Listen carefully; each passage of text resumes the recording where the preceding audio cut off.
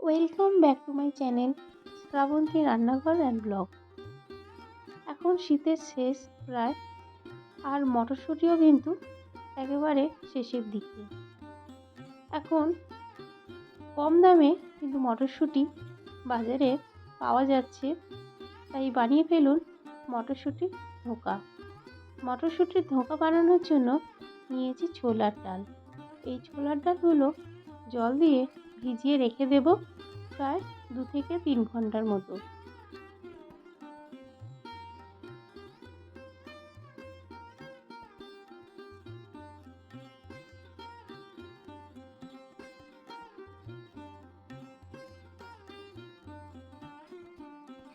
তিন ঘন্টা পর আমি জল থেকে ভালো করে ধুয়ে ছেঁকে নিয়েছি। এবার এটা পেস্ট করব। আর নিয়েছি মটরশুঁটি। এবার ছোলার ডাল একটা মিক্সির জারের মধ্যে নিয়ে নিলাম। ছোলার ডাল আর মটরশুঁটি একসাথে ভালোভাবে পেস্ট করে নেব। মটরশুঁটি আর ছোলার ডালের পরিমাণটা সমান সমান নিতে হবে।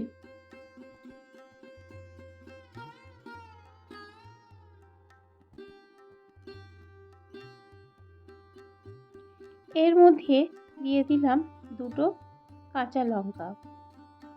এবার জল দিয়ে দেব সামান্য। তারপর মিহি পেস্ট বানিয়ে নেব। মিহি পেস্ট বানানো হয়ে গেছে।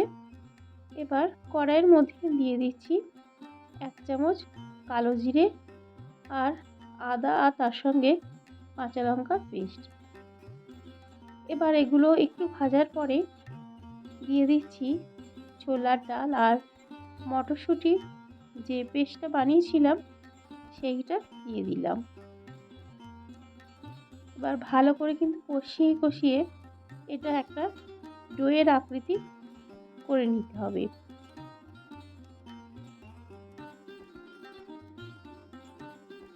সমস্ত ডাল বাটাটাই দিয়ে দিলাম। আর ডালের মধ্যে যে এক্সট্রা জল আছে সেটা একেবারে ড্রাই করে নিতে হবে, একেবারে শুকিয়ে নিতে হবে, মানে একটা ডোয়ের আকৃতি করে নিতে হবে। এর মধ্যে কিছু উপকরণ অ্যাড করব। এর মধ্যে দিয়ে দেব স্বাদ অনুযায়ী লবণ,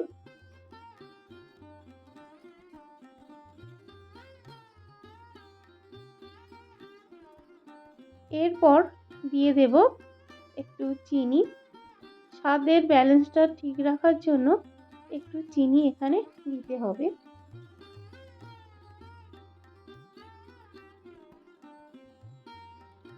এবার ভালোভাবে এটা কষিয়ে কষিয়ে এর যে এক্সট্রা জল আছে সেটা টানিয়ে নিতে হবে।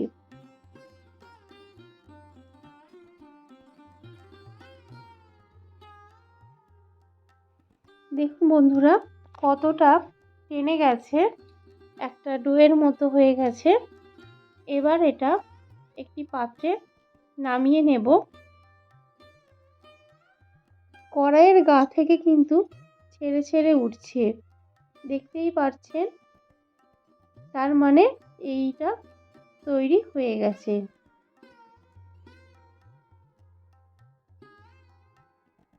যে থালার মধ্যে ধোঁকার ডোটা রাখবো সেই থালার মধ্যে কিন্তু তেল ব্রাশ করে নিতে হবে।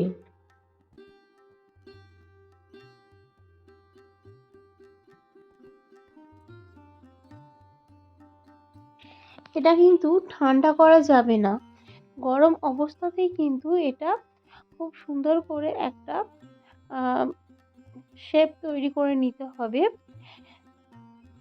যদি না তৈরি করা যায় ধোকার যে ডিজাইনটা সেইভাবে করা যাবে না। এটা কিন্তু গরম অবস্থাতেই করে নিতে হবে।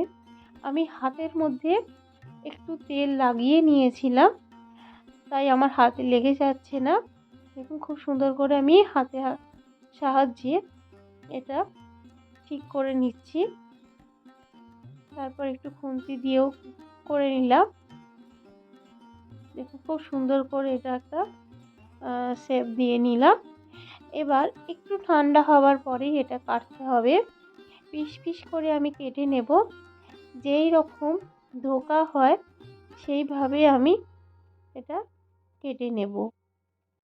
আর মটরশুঁটির এই ধোকাটা দেখতেও যেমন সুন্দর হয়, খেতেও তেমন খুব সুন্দর হয়, খুবই টেস্টি হয়। বাজারে মটরশুঁটি থাকতে থাকতে এইভাবে আপনারাও একবার বানিয়ে ফেলুন মটরশুঁটির ধোকা। দেখুন কত সুন্দর দেখতে লাগছে। এইভাবে আমি প্রত্যেকটা কেটে নেব।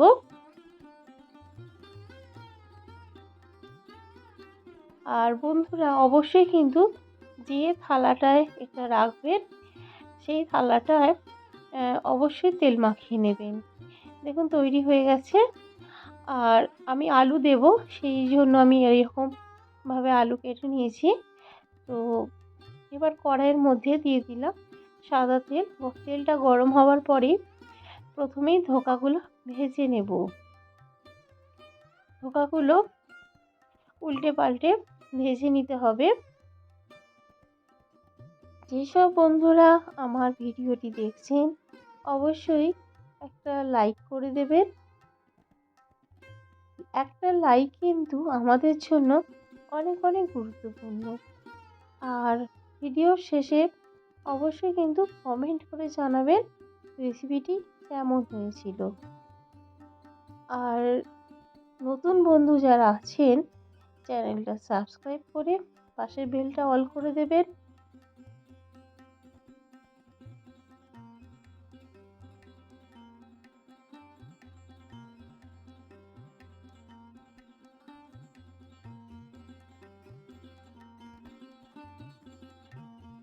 প্রথম ব্যাচের ধোকা ভাজা হয়ে গেছে। এইভাবে আমি প্রত্যেকবার ধোকাগুলো একইভাবে ভেজে নেব।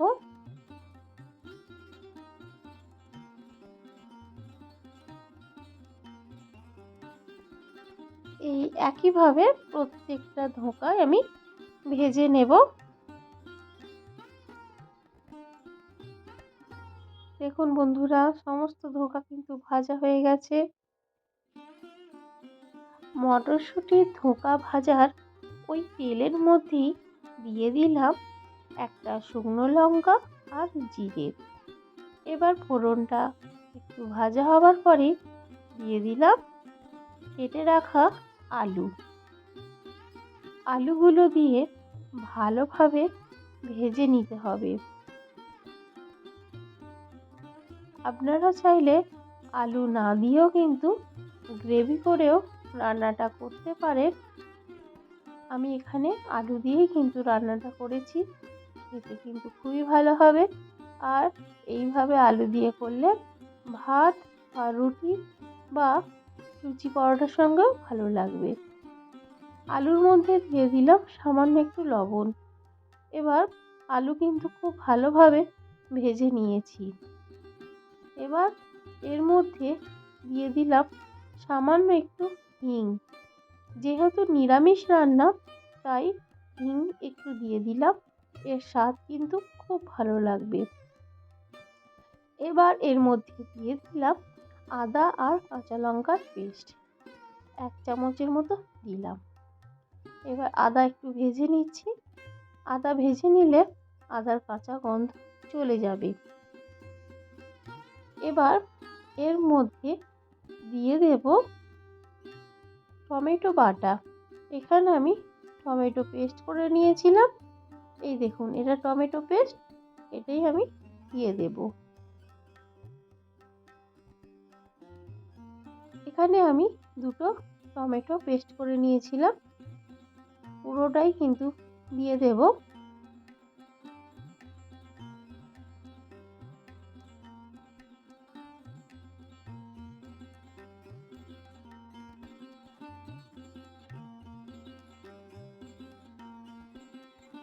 এবার ভালোভাবে কিন্তু কষিয়ে নিতে হবে।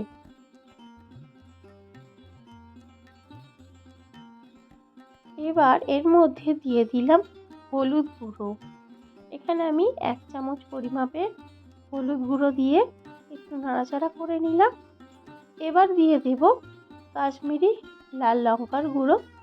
আপনারাও চাইলে ঝাল লঙ্কার গুঁড়ো ব্যবহার করতে পারবেন। আমি ঝালের পরিমাণটা একটু কম দিয়ে রান্না করছি, তাই কাশ্মীরি লাল লঙ্কার গুঁড়ো দিয়ে দিলাম 1 চামচের মতো। এবার খুব সুন্দর করে কিন্তু কষিয়ে নিতে হবে যতক্ষণ না এর মধ্যে থেকে তেল ভেসে ওঠে। যখন দেখবেন তেল ভেসে উঠছে তখন দেখবেন মশলাটা কষানো হয়ে গেছে। আর স্বাদের ব্যালেন্সের জন্য দিয়ে দিলাম সামান্য একটু চিনি। আর এই কষানোর সময় যদি চিনি দেওয়া হয় কালারটা কিন্তু খুব সুন্দর আসবে, তাই এখানে একটু চিনি অ্যাড করে দিলাম। দেখুন আস্তে আস্তে কিন্তু এটা কষানো চলছে। এবার দিয়ে দিলাম স্বাদ অনুযায়ী লবণ। লবণও দিয়ে ভালো করে মিশিয়ে নিলাম।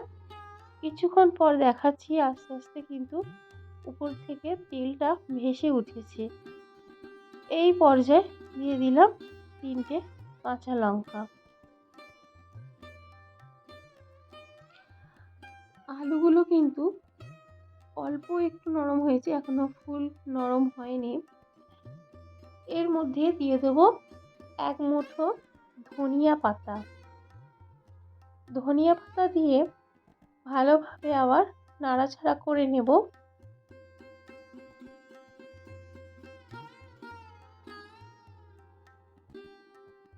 এর মধ্যে এবার দিয়ে দেব জল। এখানে আমি একটু গরম জল অ্যাড করে দিলাম, দিয়ে ঢাকা দিয়ে প্রায় 10 মিনিটের মতো রান্না করে নেব। কেননা আলুগুলো এখনো শক্ত আছে, সিদ্ধ হয়নি, তাই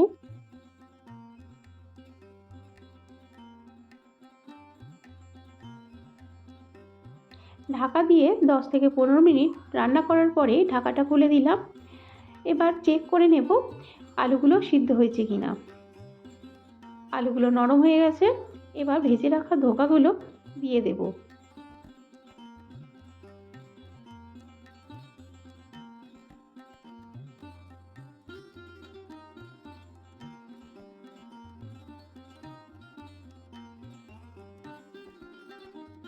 জল একটু বেশি দেওয়ার কারণ হচ্ছে ধোকার মধ্যেও ঝোল টানবে, ঠান্ডা হওয়ার পরেও অনেকটাই টেনে যাবে, বেশ একটু রসালো হয়ে যাবে।